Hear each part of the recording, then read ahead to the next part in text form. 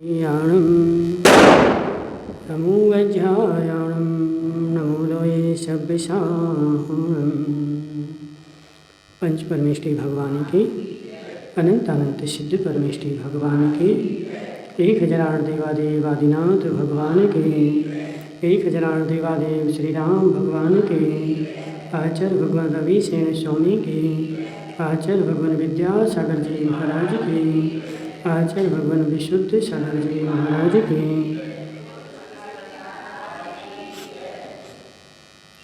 यहाँ अपना पद्म पुराण चल रहा है और जिसमें कल अपनी चर्चा चल रही थी कि दशरथ की चौथी शादी हो गई थी और वो अपने राजमहल में पहुंच करके सुख से रह रहे थे और सुख से रहते रहते एक दिन अपराजिता ने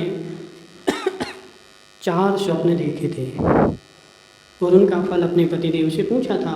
उसके तदनंतर सुमित्रा ने भी स्वप्न देखे और उसने स्वप्न में क्या देखा कि उसने देखा कि लक्ष्मी और कीर्ति आदर पूर्वक जिसके मुख कमल पर रखे हुए थे, यानी उसने देखा कि उसके मुख रूपी कमल पर लक्ष्मी और सर्वगौण कीर्ति दोनों उसके मुख पर रखे हुए थे तथा जिसमें सुंदर जल भरा हुआ था ऐसे कलशों से सिंह अभिषेक कर रही है। नहीं, जिसमें सुंदर जल भरा हुआ था ऐसे कलशों से सिंह का अभिषेक कर रही है। और कलशों से क्या कर रही है? वो सिंह का अभिषेक कर रहे हैं। फिर देखा कि मैं स्वयं किसी ऊंचे पर्वत के शिखर पर चढ़कर समुद्र रूपी मेखला से सुशोभित विस्तृत पृथ्वी को देख रही हूँ। सबसे पहला स्वप्न देखा कि लक्ष्मी और कीर्ति उसके मुख पर रखी हुई हैं। दूसरा स्वप्न देखा कि वह सिंह का अभिषेक कर रहे हैं। और तीसरा प्रश्न देखा कि वह स्वयं ऊंचे पर्वत के शिखर पर चढ़कर समुद्र रूपी मेखला से सुशोभित विस्तृत पृथ्वी को देख रही है, यानी पर्वत के ऊपर चढ़ी है और समुद्र से सुशोभित बहुत बड़ी पृथ्वी उसको देखने में आ रही है। कितने स्वप्न हो गए? इसके बाद उसने दीप्यमान किरणों से युक्त सूर्य के समान सुशोभित नाना रत्नों से खचित तथा घूमता हुआ सुंदर चक्र देखा। उसके बाद उसने एक घूमता हुआ चक्र देखा। 4 हो गए। इन सब सपनों को देखकर वह मंगलमय वादित्रों के शब्द से जाग उठी।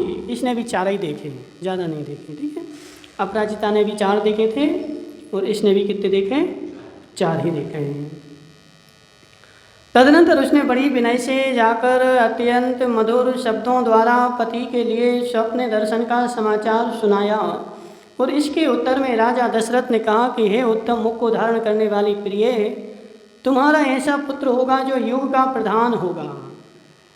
ये जो तुमने स्वप्न देखे हैं जी पुत्र के उत्पन्न होने के स्वप्न है। और पुत्र कैसा होगा? जो युग का प्रधान होगा, शत्रुओं के समूह का क्षय करने वाला होगा और शत्रुओं के समूह का क्षय करेगा। महान तेजस्वी तथा अद्भुत चेष्टाओं का धारक होगा। महान तेजस्वी होगा, अद्भुत चेष्टाओं को धारण करने वाला होगा। पति के इस प्रकार कहने पर जिसका चित्त आनंद से व्याप्त हो रहा था, ऐसी सुमित्रा रानी अपने स्थान पर चली गई और उस समय वह समस्त लोग को ऐसे देख रही थी मानो नीचे ही स्थित हो। यानी वह सपनों का फल सुन करके और अपने महल में चली गई और अपने आप को गौरवान्वित महसूस कर रही थी। अथानंतर समय पूर्ण होने पर जिस प्रकार पूर्ण दिशा पूर्ण चंद्रमा को उत्पन्न करती है, उसी प्रकार अपराजिता रानी ने कांतिमान एक पुत्र उत्पन्न किया। सबसे बड़ी कौन थी? अपराजिता। तो सबसे पहले किसने पुत्र उत्पन्न किया? अपराजिता ने। वह पुत्र कैसा था? सूर्य के समान कांतिमान था। इस भाग्य लक्ष्मी की सूचना करने वाले लोगों को जब राजा दशरथ धन देने बैठे तो उनके पास छत्र चमर और वस्त्र ही शेष रह गए। सब वस्तुएं उन्होंने दान में दे दी। क्या हुआ?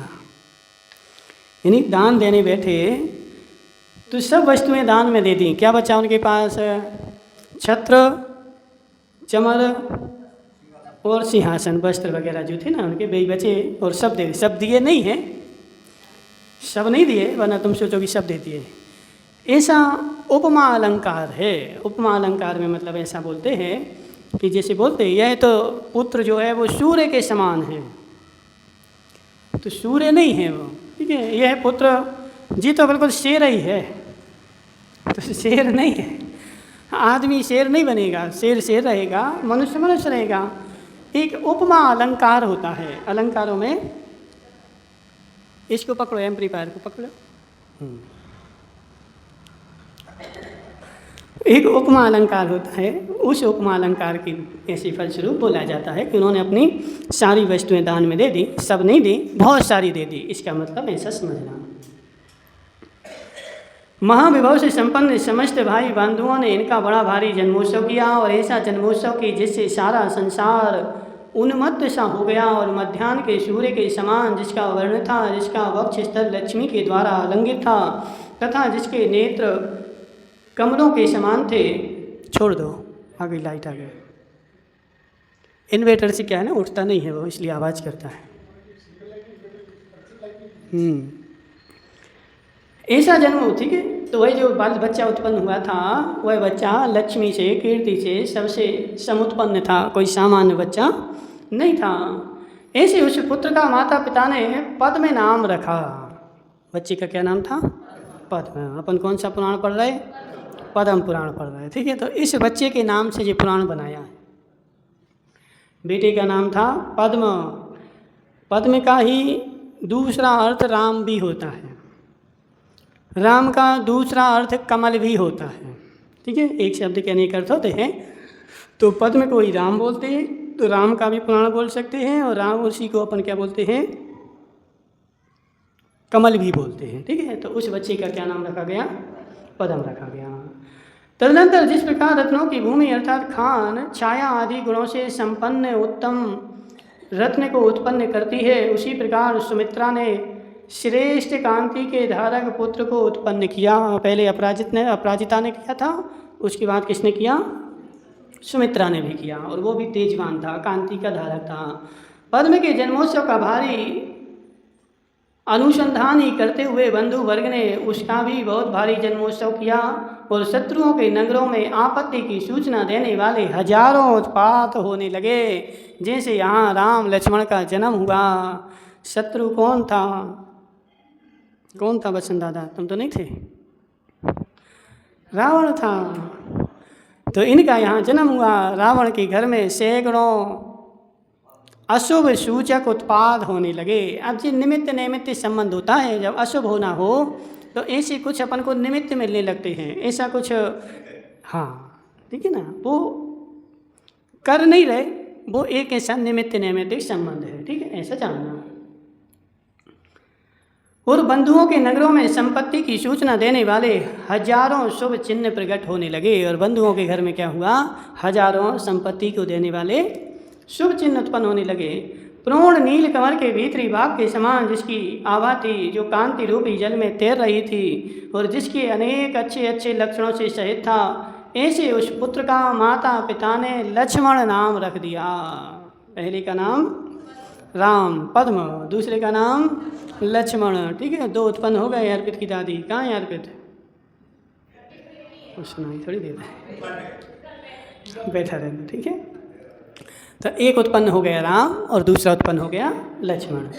उन दोनों बालकों का रूप अत्यंत मनोहर था। उनके ओंठ मूंगा के समान लाल थे। ओंठ उनके कैसे थे? मूंगा के समान। जी पुण्य आत्मा की पहचान है, ठीक है। हाथ पैर, ओंठ, आँखें, तलवे, जितना तीव्र पुण्य आत्मा होगा उतने लाल होंगे, पापी होगा तो काले होंगे, ठीक है, नियम है ऐसा। तो उनके ओंठ जो थे वो मूंगा के समान बिल्कुल एकदम लाल थे। हाथ पैर लाल कमल के समान कांति वाले। हाथ पैर भी जो जी हाथ थे ना, जी हाथ भी कैसे थे? लाल थे। हाथ की हथेलियाँ, पैरों की हथेलियाँ जिसकी लाल हों तो समझना इसका कोई सामना करने वाला संसार में नहीं मिलेगा, ठीक है। काका तुम्हारी कैसी हैं?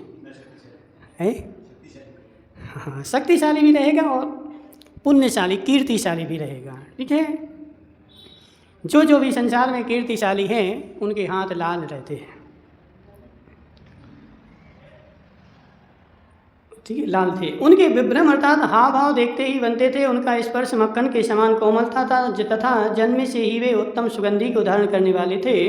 बाल क्रीड़ा करते हुए वे किसका मन हरण करते थे? यहाँ थोड़ा सा गड़बड़ हो गया। बाल क्रीड़ा करते हुए वो किसका मन हरण नहीं करते थे, यानी सबका करते थे। जब वो बाल क्रीड़ा करते थे तो सबका मन उनकी ओर आकर्षित हो जाता था। चंदन के लेप से शरीर को लिप्त करने के बाद जब वे ललाट पर कुमकुम का तिलक लगाते थे तब स्वर्ण रस से संयुक्त रजताचल की उपमा धारण करते थे। रजताचल मतलब चांदी का ही पर्वत बन गया हो, ऐसा वह उनका तिलक है। सब शोभा बता रहे हैं उनका, जिनकी रक्षक लोग रक्षा करते थे। ऐसे बालक नगरी में सुखपूर्वक जहाँ तहाँ क्रीड़ा करते थे। और जिस प्रकार पहले विजय और त्रिपृष्ठ नामक बलभद्र नारायण हुए थे, उसी प्रकार ये दोनों बालक भी उन्हीं के समान समस्त चेष्टाओं को धारण करने वाले हुए। पहले हुए थे कौन कौन? त्रिपृष्ठ और बलभद्र। तो त्रिपृष्ठ जो थे वो नारायण थे। त्रिपृष्ठ कौन थे? नारायण थे। और कौन थे? तो महावीर के पूर्व भव, महावीर भगवान जो हैं वही जीव पूर्व भव में त्रिपृष्ठ नाम का नारायण हुआ था। और ऐसा नियोग है, ऐसा संबंध है कि तीर्थंग वो बलभद्र और नारायण दोनों भाई भाई ही होते हैं हमेशा नियम से। और इन दोनों की मित्रता हमेशा रहती है, कभी भी बलभद्र और नारायण की मित्रता खंडित नहीं होती। कभी भी ऐसा नहीं होता। नियम है कि नारायण कहीं और जन्मा हो और बलभद्र कहीं और जन्मा हो, दोनों के दोनों एक साथ ही जन्मते हैं और जीवन भर एक साथ ही रहते हैं। इनका प्रेम अटूट होता है। ठीक है। तदनंतर केकया रानी ने भी सुंदर रूप से सहित एक पुत्र उत्पन्न किया जो महान भाग्यवान था तथा संसार में भरत इस नाम को प्राप्त हुआ। एक पुत्र केकया रानी में भी उत्पन्न किया जिसका नाम था क्या? भरत। तत्पश्चात सुप्रभा रानी से सुंदर पुत्र उत्पन्न हुआ। चूँकि केकया तो चौथी थी। केकया कौन से नंबर की थी? चौथे नंबर की। लेकिन इसको पुत्र पहले हो गया और तीसरे नंबर की जो सुप्रभा थी उसका पुत्र बाद में हुआ। तत्पश्चात सुप्रभा रानी ने भी सुंदर पुत्र उत्पन्न किया जिसकी समस्त संसार में आज भी शत्रुघ्न नाम से वह प्रसिद्ध है। अपराजिता ने पद्म नाम का दूसरा नाम बल रखा था, याद करना। ठीक है। अपराजिता ने पद्म का दूसरा नाम बल रखा था। बल है पद्म जो था ना उनका बेटा, तो अपन दो नाम रख लेते हैं। तो पहला नाम देखो पंडितानी पूरा लिख रहे हैं। पहला नाम था पद्म और दूसरा नाम उसका रखा क्या? बल। तथा सुमित्रा ने अपने पुत्र का दूसरा नाम बड़ी इच्छा से हरि रखा था। ठीक है। एक का बल, पद्म का बल, दूसरे का हरि। केकया ने देखा कि भरत ये नाम संपूर्ण चक्रवर्ती भरत में आया है, इसलिए उसने अपने पुत्र का अर्ध चक्रवर्ती यह नाम प्रकट किया। अब तो जब दो ने रख लिए तो तीसरा कैसे नहीं रखें? समझ रहे? जब घर में दो चार देवरानी जेठानी हो और एक के लिए कोई सामान आ जाए और दूसरे के लिए नहीं आए तो महाभारत शुरू हो जाए। ऐसा हो ही नहीं सकता। अब जब अपराजिता ने भी रख लिया, सुमित्रा ने भी रख लिया, तो अब तीसरी केकई कैसे रह सकती थी? तो केकया ने भी उसका दूसरा नाम रख दिया। पहला रखा था भरत और भरत जो थे वो चक्रवर्ती थे। तो हमारा बेटा चक्रवर्ती तो नहीं है लेकिन अर्ध चक्रवर्ती जरूर है, तो उसने अपने बेटे का नाम रख दिया क्या? अर्ध चक्रवर्ती। सुप्रभा ने विचार किया कि जब केकया ने अपने पुत्र का नाम चक्रवर्ती के नाम पर रखा है तब मैं अपने पुत्र का नाम इससे भी बढ़कर क्यों न रखूं? तो जी को महिलाओं में जो है जी आज ही नहीं ऐसा होता है, पहले भी ऐसा ही होता था जी, स्वभाव है। ठीक है। एक दूसरे की होड़ चलती रहती है और होड़ होड़ में पूरा जीवन निकल जाता है। ठीक है। तो अब वो सुप्रभा भी बोल रही जब केकया ने रखा है तो हम भी एक नाम रखेंगे। क्या रखेंगे? तब उसने अपने पुत्र का नाम इससे ही बढ़कर क्यों न रखूं, ऐसा विचार करके उसने अरहंत भगवान के नाम पर अपने पुत्र का नाम शत्रुधन रखा। अरे वो तो पहले रख दिया था।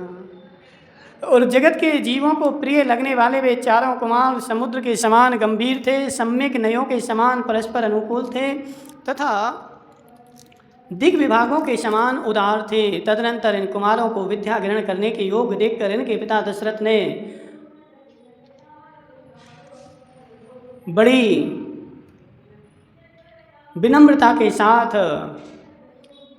योग अध्यापक का विचार किया कि अब ये बड़े हो गए तो क्या करना है, इनके लिए पढ़ाना लिखाना तो है, तो कोई अच्छा सा स्कूल मिल जाए। महिपाल जी कौन सा, सरकारी में भेजोगे कि नहीं? नहीं भेजेंगे, प्राइवेट चाहिए। तो राजा है, विचार कर रहा है कोई अच्छा स्कूल मिल जाए। अथानंतर एक कामपिल्य नाम का सुंदर नगर था जिसमें शिखी नाम का ब्राह्मण रहता था।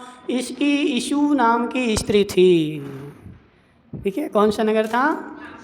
कामपिल्य नाम का नगर, और शिखी नाम का ब्राह्मण, इशु नाम की उसकी स्त्री। उन दोनों के एक एर नाम का पुत्र था।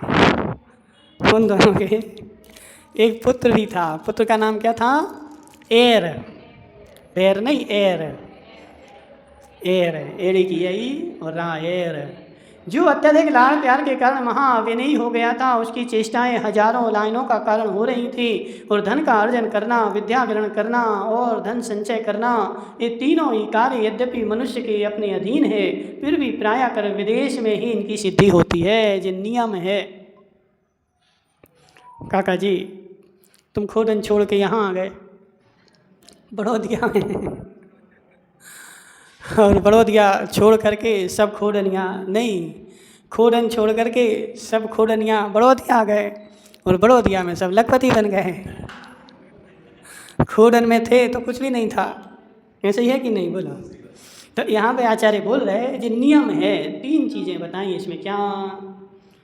धन का उपार्जन करना, विद्या ग्रहण करना और धन का संचय करना। देखो खोडनिया में तुम्हारी चर्चा चल रही है। खोडनिया माँ धन का संचय करके आ गई।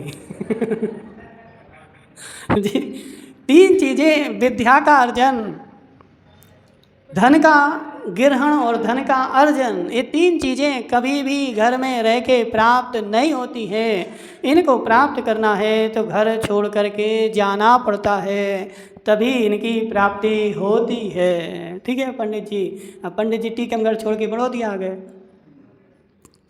कि नहीं? तो विद्या अर्जन करने के लिए, धन अर्जन करने के लिए और धन का संचय करने के लिए दूसरे गांव में जा कर के और वो चीज़ें होती हैं, ऐसा नियम है। ऐसा विचार कर माता पिता ने दुखी होकर उसे घर से निकाल दिया, जिससे केवल 2 कपड़ों को धारण करता हुआ वह दुखी अवस्था में राजगृह नगर पहुंचा। क्या हो गया? उस बालक जो दंडी था तो माता पिता ने निकाल दिया। क्या नाम था बालक का? एर। एर नाम का जो पुत्र था वो दंडी था, काम करता नहीं था, तो डंडी मार के भगा दिया, भगो यहाँ से। तो वह इसके पास मात्र क्या थे? जो 2 कपड़े पहने था, एक धोती और एक कुर्ता हो या दुपट्टा हो, जो भी हो, तो 2 कपड़े उसके पास थे और घर से निकल गया। और दुखी होता हुआ वह कहाँ पहुँच गया? राजगृह नगर पहुँचा। वहाँ एक वैवस्वत, ठीक है, बा में आई की मतलब वही और वाह आधे सा में वाह और ता, वैवस्वत नाम का विद्वान रहता था, जो कि धनुर्विद्या में अत्यंत निपुण था और विद्या अध्ययन में श्रम करने वाले 1000 शिष्यों से सहित था। एर उसी के पास विधि पूर्वक धनुर्विद्या सीखने लगा और कुछ ही समय में उसके 1000 शिष्यों से भी अधिक निपुण शिष्य हो गए। किसके?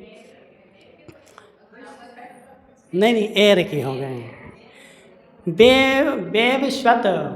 वैवस्वत जो था वो तो गुरु था, उसको तो पहले से विद्या आती थी, लेकिन एर कुछ करता नहीं था, जानता नहीं था, तो उनके माता पिता ने घर से निकाल दिया। और घर से निकाला तो वही वैवस्वत के पास जाकर के विद्या अध्ययन करने लगा। और विद्या अध्ययन करके उसने क्या किया? 1000 से भी ज़्यादा निपुण हो गए। राजगृह के राजा ने जब ये सुना कि वैश्वत ने किसी विदेशी बालक को हमारे पुत्रों से भी अधिक कुशल बनाया है, तब यह सुनकर जानकर क्रोध को प्राप्त हो गया। राजा क्रोध को प्राप्त हो गया, क्योंकि उसी के पास उस नगर के राजा के पुत्र भी पढ़ रहे थे। तो हमारे पुत्र से ज़्यादा वो जो पुत्र है ना वो हो गए। कैसे हो गए, क्या नहीं हो गए। हाँ, तदनंतर राजा ने, मैं तुम्हारे सब शिष्यों को शिक्षा देखूंगा, यह करके शिष्यों के साथ वैश्वत गुरु को बुलाया। और तदनंतर राजा ने सब शिष्यों से क्रम से बाण छुड़वाए और सब ने यथायोग निशाने बांध दिए। अब राजा ने बोला, तुम्हारे जितने भी शिष्य हैं उन सबको लेके आओ, हम क्या करेंगे, सबको देखेंगे और सबसे निशाने सधवाएंगे। सबसे निशाने सधवाए और सबके निशाने बराबर जगह पर लग गए। इसके बाद एर से भी बाण छुड़वाए, तो उसने इस रीति से बाण छोड़े कि राजा ने उसे मूर्ख समझ लिया। एर वो सब समझ गया था कि जिनकी चाल है, तो एर ने ऐसे छोड़े कि उस मूर्ख समझ लिया। जब राजा ने यह समझ लिया कि लोगों ने इसके विषय में जो कहा था वह सब झूठ है, तब उसने अस्ताचार्य को सम्मान के साथ विदा किया और वह शिष्य मंडल के साथ अपने घर चला गया। राजा जो है परीक्षा लेने आया था, किसकी,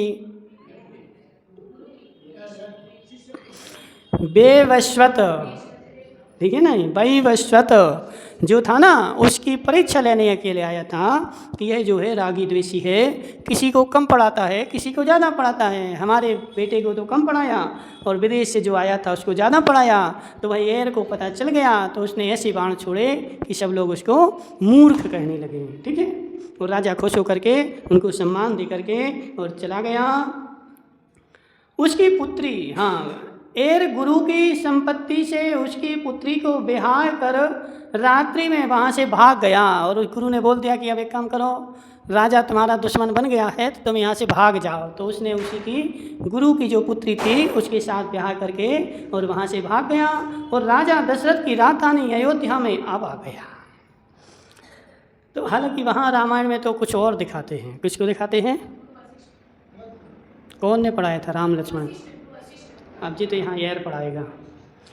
वहाँ उसने राजा दशरथ के पास जाकर उन्हें अपना कौशल दिखाया और राजा ने संतुष्ट होकर उन्हें अपने सब पुत्र सौंप दिए। जिस प्रकार अनवय सरोवर में प्रतिबिंब चंद्रमा का बिंब विस्तार को प्राप्त होता है, उसी प्रकार उन शिष्यों ने एर का अस्त्र कौशल प्रतिबिंब विस्तार को प्राप्त हो गया। ठीक है, तो उसने राजा को अपना कौशल दिखाया, एर ने। तो राजा दशरथ ने क्या किया, अपने चारों पुत्र एर को सौंप दिए कि तुम एक काम करो, इनको अपने पास रखो, पढ़ाओ लिखाओ और बड़ा करो। और उसने उसको ले लिए। इसके सिवाय अन्य अन्य गुरुओं के प्राप्त होने से उसके अन्य अन्य ज्ञान भी उस तरह प्रकाशता को प्राप्त हो गए, जिस तरह की ढक्कन के दूर हो जाने से छिपे हुए रत्न प्राप्त प्रकाशता को प्राप्त हो जाते हैं। पुत्र नए वगैरह सब में संपन्न हो गए। देखो इतने एक ही पेज में बड़े हो गए, सब पैदा भी हो गए और बड़े भी हो गए। इनका ज़्यादा अपने यहाँ वर्णन नहीं किया गया है। तो अथानंतर गौतम स्वामी कहते हैं कि हे राजन, किसी पुरुष को प्राप्त कर थोड़ा ज्ञान भी उत्कृष्टता को प्राप्त हो जाता है और किसी को पाकर उतना का उतना ही रह जाता है। कर्मों की विषमता से किसी को पाकर उतना भी नहीं रहता। जिस सब कर्मों की विचित्रता है, कर्मों की विषमता है, उसी गुरु के पास जाकर के एक शिष्य महापंडित बन जाता है। उसी गुरु के पास जाकर के एक शिष्य जहाँ था वहीं बना रहता है। और उसी गुरु के पास जाकर के एक शिष्य जो पढ़ के गया था वो भी भूल जाता है। अब गुरु की क्या गलती, बोलो खोडनिया माँ। अब खोडनिया माँ बोलेंगे तो हमारे भूपेश को पढ़ाया नहीं होगा, और धर्मा को ज़्यादा पढ़ाया होगा, इसलिए धर्मा तो मास्टर बन गया। और भूपेश को कम पढ़ाया, इसलिए भूपेश जो है मास्टर नहीं बन पाया। हाँ, जिसकी जितनी बुद्धि है, जिसका जितना क्षेपसम है वो उतना ग्रहण करता है। अब लाइट की लाइन तो देखो बराबर जा रही, सबके घरों में लाइट का कनेक्शन है। अब तुम जितना बड़ा मशीन लगाओगे तो उतनी बड़ी मशीन वो उतनी लाइट खींचेगी, छोटी लगाओगे तो छोटे खींचेगी। तो ऐसे गुरु ने तो सब पढ़ाया था, लेकिन तुम्हारे पास खींचने की मशीन कितनी थी। जितनी तुम्हारे पास मशीन होगी उतना खींचेगा और नहीं होगी तो छोड़ देगा। सो ठीक ही है, क्योंकि सूर्य की किरणों का समूह स्फटिक गृह के तट को पाकर अत्यंत विस्तार को प्राप्त हो जाता है और किसी स्थान में तुल्यता को प्राप्त होता है, अर्थात उतना का उतना ही रह जाता है और अंधकार युक्त स्थान में बिल्कुल ही नष्ट हो जाता है। इस प्रकार आर्ष नाम से प्रसिद्ध रविसेन आचार्य कथित पद्म पुराण का पहला भाग चतुर्मास की पूर्व वेला में समाप्ति को प्राप्त होता है। ओम नमः सिद्धिभ्याम्।